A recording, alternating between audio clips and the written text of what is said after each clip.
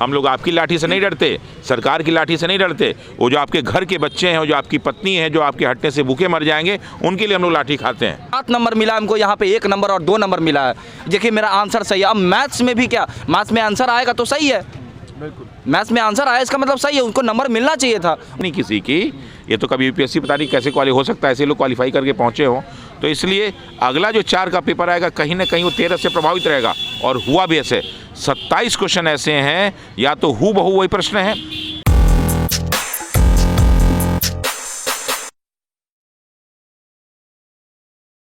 आप हैं निष्कर्ष भारत के साथ और मैं हूं मनोज चतुर्वेदी। देखिए, बीपीएससी ने आनन फानन में 25 तारीख को रिजल्ट जारी करने की घोषणा की थी, लेकिन कल ही जारी कर दिया 17वीं बीपीएससी परीक्षा का।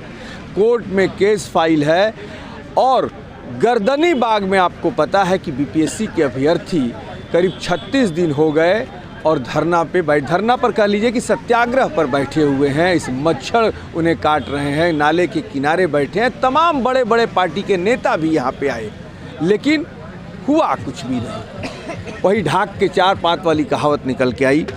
लेकिन कल रिजल्ट आने के बाद रमांशु सर, जो इस सत्याग्रह की गंगोत्री में आज भी बैठे हुए हैं विश्वास के साथ कि नतीजा तो निश्चित तौर पर निकलेगा, रीड फाइल भी किया है फिर से।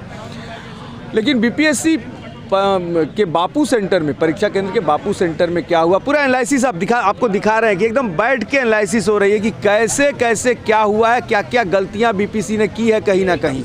और उसी पर हम बात करेंगे। हमारे साथ रमांशु सर हैं। रमांशु सर, रीड भी दाखिल आपने कर दी? नहीं, बच्चों ने की है, रिजल्ट आ गया। हाँ। अब क्या कहिएगा?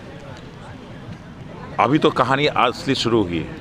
देखिए, जो मुद्दा था वो मुद्दा था आर्टिकल 14 और 16 का, और हम लोग आर्टिकल 226 की बात कर रहे थे। तो एक आज रीट दाखिल हुआ है, ये रीट आप देखेंगे, ये देखिए आज एक रीट दाखिल हुआ है, बीपीएससी 17वीं की पीटी रद्द करने की हाई कोर्ट में याचिका।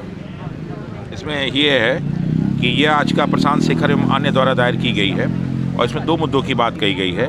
पहली मुद्दा क्या है, इसमें मतलब मांग ये रखी कि 17वीं पीटी परीक्षा पुनः कराई जाए, और इसमें आरोप क्या लगाया गया है कि आयोग की उत्तर कुंजी में कई उत्तरों को लेकर अनियमितताएं पाई गई। पहला ये है, और दूसरा ये है कि 13 दिसंबर 2024 को आयोजित परीक्षा में सम्मिलित हुए अभ्यर्थियों की तुलना में परीक्षा पैटर्न को जानकारी होने के कारण अनुचित लाभ मिला है 4 जनवरी वालों को। तो ये 2 मुद्दा है। तो इसी पे सारी की सारी कहानी है।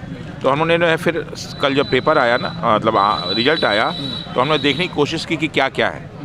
तो उसमें उन्होंने देखा कि जो टोटल कैंडिडेट जो अप्लाई हुए थे, जो एग्ज़ाम वाले, वो 3,28,990 थे, जिसमें जो टोटल पास हुए 21,581 पास हुए। इसमें 13 दिसंबर वाले जो हैं 3,23,047 बच्चे जो हैं वो 13 दिसंबर को पेपर दे रहे हैं, और 4 जनवरी को दिया 5,943 बच्चों ने। देखिए, डाटा हम लोग लगभग 99% सही हो सकता है, 1 नंबर इधर उधर हो जाए, लेकिन 99 क्या 100% सही है। फिर 13 दिसंबर को जो बच्चे पास हुए हैं वो 20,416 बच्चे पास हुए हैं। अगर आप परसेंटेज निकालते हैं तो जो एवरेज परसेंट है जो 6.6%, मतलब जो टोटल हुआ है उसमें 13 दिसंबर वाले 6.3% पास हुए हैं। और वहीं हम 4 जनवरी की बात कर लें तो 1,165 यानी 1,165 बच्चे पास हुए हैं, और इसको परसेंटेज में देखें तो 19.6%। जो 4 जनवरी को दूसरी बार परीक्षा, हाँ, लगभग 3 गुना। और हम लोग इसी की बात कर रहे थे। सारी कहानी इसी पर टिकी हुई है। पहली तो ये कहानी टिकी हुई है कि इन्होंने जो आंसर की जारी किया सेकंड वाला, उसमें बहुत सारी गलतियां हैं। कान तो निश्चित तौर पर खड़े होंगे। पीटी का रिजल्ट आने के बाद भी सच बोले तो इतना ज़्यादा हर्ष और उल्लास शरीर में नहीं है। कारण क्या है, क्योंकि ये बात हमको बहुत भली भांति पता है कि आज अगर पीटी में सिलेक्शन हुआ है, it's not the final selection, ये मेंस में सिलेक्शन आने वाला है। मेंस का क्या, व्हाट अबाउट द मेंस, इसके बाद आप पास होइएगा, इंटरव्यू में आपको छाड़ देगा। अरे उसी नहीं होगा तो लास्ट में मेरिट लिस्ट में छाड़ देगा आपका। तो कहने का मतलब ये सीरीज ऑफ एलिमिनेशन है इसका, ठीक है। और रही बात मेंस के लिए, हाँ, यहाँ पे आने के बाद हमको पता चला, ऐसे हमको ये इसका रियल धांधली तो हमको पता ही नहीं था। यहाँ पे बैठे हैं 38 दिन तो जाके पता चला है कि बहुत सारे ऐसे भाई हैं। कल भी 69 बीपीएससी का जो पेपर रिलीज़ हुआ मेंस का, उसमें पता चला कि 4-5 भाई हमारे यहाँ पे आए हुए थे, बोले कि देखिए सर मेरा डीआई में नंबर काट लिया है। ये टॉपर का जिसको कि 7 नंबर मिला, हमको यहाँ पे 1 नंबर और 2 नंबर मिला है। देखिए मेरा आंसर सही है। अब मैथ्स में भी क्या, मैथ्स में आंसर आएगा तो सही है, बिल्कुल मैथ्स में आंसर आया इसका मतलब सही है, उनको नंबर मिलना चाहिए था, वहाँ नंबर काट लिया गया। कुछ देर पहले एक हमारे भाई थे, ठीक है, वो शायद 64th में उनका मतलब सिलेक्शन नहीं हो पाया। हाई कोर्ट का ऑर्डर था कि 1000 कॉपी आप सामने रखिए, लेकिन ये लोग हाई कोर्ट का भी नहीं सुन रहे हैं। अब ऐसे आयोग को क्या कहा जाए जिसके ऊपर बैठे हुए पीठासीन व्यक्ति इतने ज़्यादा अयोग्य हैं, और अयोग्य व्यक्ति को बैठाने वाला कौन, सवाल आप जानिए, क्योंकि ये सच में बैठाने वाले ना हम ही लोग दोषी हैं, जो ऐसे निकम्मे लोग को वहाँ पे बैठा देते हैं। आज ये बिहार में इतना बड़ा विडंबना है कि सरकार पक्ष में कौन है और विपक्ष में कौन है पता ही नहीं चलता है। आज अगर प्रलोभन दे दे तो पक्ष वाला विपक्ष में चला जाएगा और विपक्ष वाला पक्ष में चला जाएगा। किसका दुआरी हम लोग खटखटाएं, यही बात है। देखिए ना, ये बापू सभागार का था जो कैंसिल कर दिया, और ये 38 जिला का है। हर एक पन्ना में कुछ ना कुछ मिल जाएगा, हर एक पन्ना में कुछ ना कुछ। ये देखिए सीरीज में पास किया हुआ है, माना समझ सकते हैं। पीटी उन्होंने निकाली है, प्रीलिमिनरी टेस्ट उन्होंने निकाला है, फिर भी जैसा उन्होंने बताया कि खुश कहीं नहीं है, क्योंकि अपने जो साथी थे कहीं ना कहीं पीछे छूट रहे हैं। और इसलिए सोचिए कि सब कुछ वो जो हैं यहाँ देख रहे हैं, उसकी बारीकी से जांच हो रही है कि भाई क्या अब करना है आगे। रवांशु सर, आपके पास आना पड़ेगा, ऐसा नहीं कि आप गलती करके भाग जाएं। ये बीपीएससी वाले बच्चे हैं। आज मैं देख रहा था उनका प्रेस कॉन्फ्रेंस हो रहा था, तो प्रेस कॉन्फ्रेंस में वही लोग कह रहे थे कि साहब उस 14 में से 3 सेलेक्ट हुए हैं। आपने तो उनको उपद्रवी कहा था, आपने तो उनको नॉन सीरियस कहा था, और यहाँ पे बैठे बहुत सारे बच्चे सेलेक्ट हुए हैं, आप तो उनको नॉन। उसके बावजूद भी देखिए बच्चा बैठा हुआ है, ऑलरेडी सिलेक्टेड है, उसके बावजूद भी क्या कहना है, पूछ लीजिए इनसे। तो ये भी रवांशु सर से फिर पूछ रहे हैं, क्या कहना है आपका सर? सर ऐसा हुआ कि पीटी मेरा जो पास होने की आपको तो बधाई, आपने प्री पास कर लिया, लेकिन बीपीएससी के बारे में क्या कहेंगे सर? बीपीएससी के बारे में अब क्या कहें, ऐसा कार्यशैली के बारे में क्या, ऐसा मेंटालिटी लोगों का बन गया है कि कोई बच्चा बीपीएससी तैयारी करना चाहता ही नहीं है। क्योंकि अगर मेरे छोटे भाई हैं और अन्य लोगों को कि हाँ बीपीएससी, तो पहले ही वो कह रहे हैं कि क्या हम कह रहे हैं, क्योंकि ऐसा सिचुएशन बना दिए हैं। और ये आयोग की कमी है, सारी की सारी आयोग की कमी है। और उन्होंने पीटी का रिजल्ट दिया, इसमें भी बहुत सारी खामियां हैं। और मेरा तो 69वीं में भी पीटी हुआ था, फाइनली में मेंस मेरा नहीं हो पाया। वो मेरा हो सकता है कि मुझ में कमी हो, हम मानते हैं, लेकिन 70 में पूरी उम्मीद के साथ पीटी दिए हुआ। मेरा पहला जो था 18 को, उसमें मेरा पेपर था। किंतु यहाँ ये चीज़ है कि हम मेंस किस मेंटालिटी से लिखें, ये सोचने वाली बात है। क्या अगर हम अपने भाइयों के साथ अगर हम ये बातें नहीं रख पाते हैं, तो कल मेरे साथ अगर कुछ होता है मेंस में फाइनली, तो फिर मेरे साथ कौन खड़े होंगे? ये डर तो बना रहेगा ना आपको भी कि जो आज ये बच्चे गर्दनी बाग में सत्याग्रह करके लड़ाई लड़ रहे हैं, आपने तो प्री पास कर लिया, खुश भी होंगे आप कि चलिए अब आगे की परीक्षा देंगे, लेकिन कहीं रद्द हुआ तो फिर आपके दिमाग में तो ये बात जाएगी ना कि क्या फिर से अब दो 70वीं? जी, अब इसमें रद्द होती है तो बहुत बड़ी मेरे पास संख्या बल है। इसके लिए जो पीटी 69वीं में पास कर सकता है, जो पीटी इस समय पास कर सकता है, वो रद्द होगा फिर भी पास करेगा। पास करे तो खुशी होगी कि नहीं होगी? खुशी होगी, क्यों नहीं होगी। हमारे सारे भाइयों की उम्मीद पूरी होगी, सब लोग चाह रहे हैं चीज़ें हो।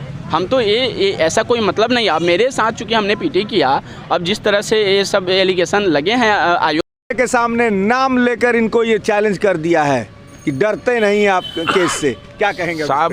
वकील आदमी केस से डरेगा तो वकील का खर्चा कैसे चलेगा? हम लोग चाहते हैं साहब केस करो, आप जितनी बार पुलिस थाने बुलाओगे आऊँगा, कोर्ट में बुलाओगे आऊँगा, लेकिन बातें सबके सामने आनी चाहिए। अगर हम कोर्ट में आएंगे तो आप भी कोर्ट में आएंगे, और हम जेल जाएंगे तो आप भी जेल जाएंगे, और बात ये साबित होनी चाहिए कि हम गलत किए और तुम गलत। अगर हम गलत हैं तो फांसी पे चढ़ा दो, और तुम गलत हो तो तुमको फांसी पे चढ़ाएंगे। बातें क्लियर होनी चाहिए ना साहब। ये लड़ाई एक टीचर जो लड़ रहा है 38 दिन से, आप एक दिन बैठ के तो दिखाइए। ये बच्चे जो मार खा रहे हैं, ये बच्चे जो केस इन पे हुआ है, इनको डराया जाता है, इनके माँ बाप को फ़ोन किया जाता है, फिर भी नहीं डरते। और आजाकी पुलिस डिपार्टमेंट, हम लोग कई लोग से बात करते रहते हैं, गुजरते रहते हैं, खुश है सब कि सार कम से कम लड़ तो रहे हो आप लोग हमारे बच्चों के लिए लड़ रहे हो। हम तो मजबूरी में आप पे लाठी चलाते हैं, हमारी आपसे कोई दुश्मनी नहीं है। कभी कभी इच्छा करता है कि हम लोग लाठी फेंक दें और आप लोग साथ खड़े हो जाएं, लेकिन घर परिवार के बच्चों की याद आ जाती है तो हम लोग जो है 2-4 लाठी आप लोग को मार देते हैं। हमने कहा इसीलिए हम लोग एक्सेप्ट भी कर लेते हैं। हम लोग आपकी लाठी से नहीं डरते, सरकार की लाठी से नहीं डरते। वो जो आपके घर के बच्चे हैं, जो आपकी पत्नी है, जो आपके हटने से भूखे मर जाएंगे, उनके लिए हम लोग लाठी खाते हैं। और हम लोग का पीठ मजबूत है, लाठी के हम लोग फांसी भी चढ़ लेंगे, लेकिन किसी घर के बर्बाद नहीं होने देंगे। लेकिन ये जो बेईमान अधिकारी हैं, जो बेईमान भ्रष्ट नेता हैं, जो चुनाव भी नहीं लड़ते, ये ऐसे भ्रष्ट नेता हैं चुनाव भी नहीं लड़ते, ये पिछले दरवाजे से आते हैं। और इनको बीपीएससी का भी नहीं मालूम है और बकबक करना है कि सबूत लाओ, ये लाओ, वो मतलब लाओ। रामांशु सर, केस मजबूत न्यायालय के सामने आपने और कर दिया अब इसको, ये सब चीजें आप जब सबसे बड़ी बात यह है सर, सबसे बड़ी बात यह है सर कि ईओयू को जांच करने के लिए देने वाले थे हम लोग, 28 सेंटर दिए थे, अब जाकर के 32 सेंटर हो चुका है। अब ईओयू को जांच करने की आवश्यकता नहीं है, सच बताते हैं आपको। बस ये एक नज़र पूरा भारत का जनता देख ले, भारत का जनता देख ले और ये बता दे कि आयोग किस तरह का धांधली करवा रहा है। ये सच बताते हैं, ये आयोग के अंदर जो बैठे हुए जो करप्ट व्यक्ति हैं और जो उनका जो साठगांठ है, चाहे वो शिक्षा माफिया के साथ हो, चाहे किन्हीं भी राजनेता के साथ हो। देखिए, ऑलरेडी एक तो पहला केस चल रहा है, जो ये मुद्दा दिखाया जा रहा है, ये मुद्दा, इस मुद्दे पे भी केस हो चुका है, जिसको कल जो है उसको फाइल कर दिया गया रिजल्ट आने के जस्ट पहले। अच्छा, हम लोग जो बातें कह रहे हैं, हम लोग कोई आरोप नहीं लगा रहे थे, हम लोग श्योर बातें का आरोप तो लगाया था कि प्रेडिक्शंस हो। हम लोगों ने कहा कि साहब 1 सेंटर नहीं 22 सेंटर, उन्होंने कहा नहीं 1 सेंटर। और बहुत सारे मीडिया ने कहा कि आप लोग तो 1 सेंटर एग्जाम चाहते थे, हो गया। अरे साहब 1 सेंटर नहीं 22 सेंटर, और इसको जो है बीपीएससी ने प्रूव कर दिया कि yes it is 22 centre, 22 centres. दूसरी चीज़, मैं बार बार इस मुद्दे को उठाया हूँ पहले दिन से और अंत तक आज तक उठा रहा हूँ कि जब 4,83,000 बच्चों की व्यवस्था करनी थी तो आपने बापू परीक्षा परिसर का उपयोग किया, और जब सिर्फ 12,000 की व्यवस्था करी तो आपने इसको छोड़ क्यों दिया? जबकि 13 के बाद 19 को भी वहाँ पेपर हुआ है। वहाँ कुल मिला के अगर देखा जाए तो 6 बार पेपर हुए हैं, 4 13 से पहले हुए थे, जिसमें 2 निजी संस्था कोचिंग को दिया गया था और 2 दिया गया था सरकारी को। एक तो ये भी प्रश्न चिन्ह है कि उस निजी संस्था को कैसे दे दिया गया, और जिसको दिया गया उसके सारे क्वेश्चन हूबहू आंसर के साथ आए हुए हैं, बहुत सारे प्रश्न, तो ये भी अपने प्रश्नवाचक चिन्ह है। तो 4, और फिर वो भी कह रहे कि ईमानदारी से हमने 4 कराया, हमने कहा ठीक है, और 5वां हुआ तो चोरी हो गई, और फिर 6वां 19 तारीख होता तो ईमानदारी से हो गया, और फिर जब कराना होता है इसको दिखता हम नहीं, हम 22 सेंटर पे क्यों कराएंगे, और रिजल्ट आप देख रहे हैं। तो ये जो कहानी चल रही है ना, ये दूसरी चीज़ हम लोग एक बात कह रहे थे, सरप्राइज ऑफ एलिमेंट। ये क्या होता है मैं आपको बता दूं कि जब भी हम परीक्षा परिसर में जाते हैं तो कई बार क्या होता है कि जो क्वेश्चन सेट किया जाता है, ऐसा सेट किया जाता है कि आपको आश्चर्य होने लगे, तो उसको हम कहते हैं सरप्राइज एलिमेंट कहते हैं। तो इसमें क्या था कि ऐसा किया गया, हम लोग उसको एक्सेप्ट करते हैं कि साहब 13 में आपने पेपर दिया, हम लोग तैयारी कर गए थे यूपीएससी की, आपने चपरासी वाला दे दिया, कोई बात नहीं, सबके लिए चपरासी वाला हो जाए, क्योंकि जैसे जिसकी मानसिकता हो ऐसे पेपर बनवा देता है वो, कोई दिक्कत नहीं, मान लीजिए भाई। लेकिन सबके लिए था, और जब आता है 4 वाला पेपर तो अब 4 वाले को मालूम हो चुका है कि साहब यूपीएससी की तो औकात है नहीं किसी की, ये तो कभी यूपीएससी पता नहीं कैसे क्वालिफाई हो सकता है, ऐसे लोग क्वालिफाई करके पहुँचे हों, तो इसलिए अगला जो 4 का पेपर आएगा कहीं ना कहीं वो 13 से प्रभावित रहेगा। और हुआ भी ऐसे, 27 क्वेश्चन ऐसे हैं, या तो हूबहू वही प्रश्न है या फिर उससे डायरेक्ट और इनडायरेक्ट लिंक है, तो वो तैयारी करके गया और उसका परिणाम आप देख रहे हैं कि 19 3 गुना। यही तो बात हम लोग कह रहे थे। तो यही जो 13 और 4 में, अच्छा उसके बाद जब आपने रिजल्ट किया तो नॉर्मलाइजेशन तो आपने 6 दिसंबर को बोला था यूज़ नहीं करेंगे, और फिर स्केलिंग तो मेंस में यूज़ किया जाता है, तो दोनों को मिला कैसे दिया आपने, अलग अलग क्यों नहीं बनाए? तो ये तो हर कदम पे गलती कर रहे हैं, और इतना कह रहे हैं कि हम केस करेंगे, ये अरे कर दो केस, तुम्हारे केस से डर रहे हैं, केस करोगे तब भी तुम जेल जाओगे। ये 4 लोग हैं जो अपना बड़ा सेखी भगा रहे थे, चेयरमैन साहब की तो हिम्मत नहीं हुई कि पीसी में आए, ये रवि मनु भाई परमार, दूसरे सत्यप्रकाश शर्मा सचिव, तीसरे राजकुमार सिंह, एक कंट्रोलर और एक रंजीत साहब, कर दो केस, देखो जेल कौन जाता है। ये सत्ता हटते देर नहीं लगती, लेकिन आपको ईमानदार अधिकारी बनना चाहिए था। आप चुनाव लड़के नहीं आए थे, आप परीक्षा पास करके आए थे। जब आप परीक्षा पास किए होंगे तो पूरे गांव में मिठाई बटी होगी और आपके माँ बाप खुश हुए होंगे और सब ने आके बधाई दी होगी कि मेरा बेटा अधिकारी बन गया। क्या इसीलिए अधिकारी आप बने थे कि आप नहीं चाहते थे भविष्य में और ईमानदार अधिकारी आए? क्या कुछ पैसे के लालच में, सत्ता के लोभ में, या हो सकता है डर से ही करो? मान लीजिए पैसे के लिए उन्होंने किया, डर से किया आपने? आपको ये तो सोचना चाहिए था कि जिस समय आप सिलेक्ट हुए होंगे तो कितनी खुशियाँ हुई होंगी। जब आपका शादी ब्याह होगी, लड़का अधिकारी उससे शादी करे तो आपकी पत्नी कितनी खुश हुई होगी। हिमांशु सर, केस आप रिजल्ट दिया तो हमने रात को रिजल्ट देखा, उसी समय हमको समझ में आ गया भैया बापू परीक्षा भवन का जो एग्ज़ाम हुआ था तो हम खोज रहे थे कि उसका अलग तो नहीं रिजल्ट निकाला था, अलग निकलेगा तो पता चलेगा कि क्या है डाटा। अब सबको मर्ज कर दिया, किस बेसिस पे आपने मर्ज किया? नहीं, उसमें हमने ये भी देखा कि क्या हाईकोर्ट का जो 31 को सुनवाई है वो उसके बारे में मेंशन उन्होंने किया था, लेकिन उसमें ये चीज़ नहीं बताया गया है कि बापू परीक्षा भवन में जो एग्जामिनेशन हुआ था तो उसमें कितने लोग पास हुए और कितने लोग अपेयर हुए, मतलब कितने लोगों का रिजल्ट। हिमांशु सर, रात से डाटा निकाल रहे हैं आप, बच्चा कह रहा है कि समझ में नहीं आता था, मर्ज कर दिया, लेकिन आपने निकाल के रख दिया है। ये डाटा मैं आपको दिखा रहा हूं, जरा अपने दर्शकों को देख लीजिए। 19.6% रिजल्ट हुआ है जो 4 जनवरी को पेपर लिया गया था बापू परीक्षा केंद्र पर। कैसे निकाल लिया सर आप? नहीं, अभी एक और ये तो सब लोग, ये तो सिंपल सा डाटा है, कोई कठिन कारण क्या है कि हम लोग के पास सारे वो फोटो थे कि बापू परीक्षा परिसर में कहाँ से कहाँ तक रोल नंबर है। अच्छा, तो ये रोल नंबर 53,0801 से लेके 54,2812 है। निकाल लिया। तो उससे हम लोग मालूम चल गया, हम लोगों ने काउंट कर लिया सारा का सारा रात में बैठ के, और उसके बाद हम लोगों ने रिजल्ट पूरा निकाला। तो यहाँ से रिजल्ट शुरू होता है ये, तो देखिए पहला पेपर ये, दूसरा ये और तीसरा ये। कितने बच्चे सिलेक्ट हो रहे हैं ये सब आपको दिख जाएगा, कैसे एकदम कलरफुल है। और लाइन से अगर आप रोल नंबर में पढ़ना शुरू करूँगा आपको तो 52, 63, 73, सॉरी ये जो है आपका 53,0801 से यहाँ पे आते हैं हम लोग। देखिए ये दिख रहा है 53,801, 81, 82, 60, 61, यहाँ 70, 71, 81, 82, ये आपको मिलेगा 85, 86, 53, 54, 55, 15, 16, 17, 19, इस तरह आपको रोल नंबर लाइन से मिले। डबल में और ट्रिपलेट में हाँ। बैठ करके लोग बनाया है और शायद बनवाया भी गया है।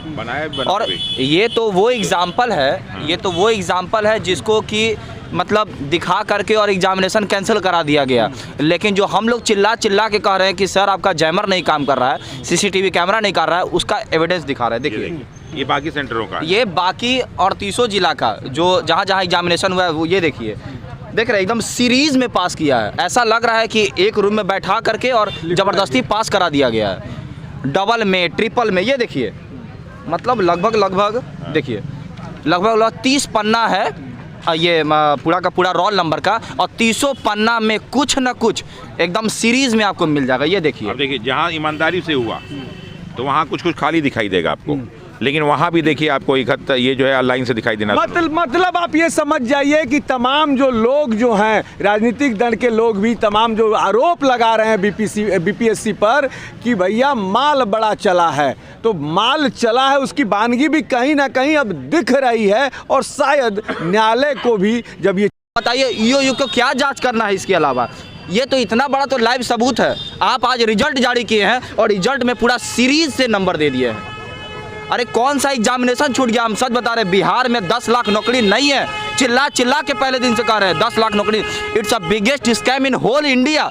अगर इसका इन्वेस्टिगेशन, प्रॉपर इन्वेस्टिगेशन हो जाए ना, ये लोग सत्ताधारी पक्ष और जितना भी आयोग है, जो चयनकर्ता बॉडी है, सारा का सारा शर्मसार हो जाएगा। लेकिन ये लोग करना नहीं चाहता है क्योंकि शिक्षा को ये लोग बेच दिया है। कंप्लीट एजुकेशनल रिफॉर्म होना चाहिए और सबसे पहले तो जांच हो और री एग्जामिनेशन हो, बाद में ये सारा चीज़ होगा। लेकिन पहले जांच हो और री एग्जामिनेशन हो। सर तो कहेंगे फाइनल कुछ? धन्यवाद, इतना काफ़ी है। तो अब सबूत की ज़रूरत नहीं है। इकोनॉमिक्स विंग जो है वो जांच करने की बात करती है। बच्चों ने सबूत अब दिखा दिया कि सीरियल वाइज, जो हमने कैमरे पर भी आपको दिखाया कि सीरियल वाइज बच्चे पास हुए हैं, 81, 82, 83, 84 ऐसे करके। लगता तो यही है कि इन सारे बच्चों को किसी एक कमरे में बैठकर पेपर लिखवाया गया था। अब आप समझ सकते हैं कि इसमें दोष किसका है। बच्चे ये आज 38 दिन हो गए, नीतीश कुमार से इन्होंने गुहार लगाई, ठंड में पानी की बौछार हुई, इन पे डंडे खाए, और अब जब रिजल्ट आया है तो सबूत भी दिखा रहे हैं। क्या नीतीश कुमार का जो वो समाजवाद था कि नहीं गरीब के बच्चे आगे आएंगे, जो पिछड़े लोग हैं उन्हें आगे किया जाएगा, वो सब कुछ नीतीश कुमार ने ताक पर रख दिया है। लगता तो कुछ ऐसा ही है। लेकिन अब ये जो चिंगारी जली है गर्दनी बाग से, शायद ये बुझने वाली नहीं है, क्योंकि जो बच्चे पीटी निकाले भी हैं वो भी कह रहे कि क्या पता ये परीक्षा तो कैंसिल हो ही जानी है। अब सोचना ये है सत्ताधारी दल को कि अपनी 2025 में कुर्सी कैसे बचाएंगे। मनोज चतुर्वेदी, पटना।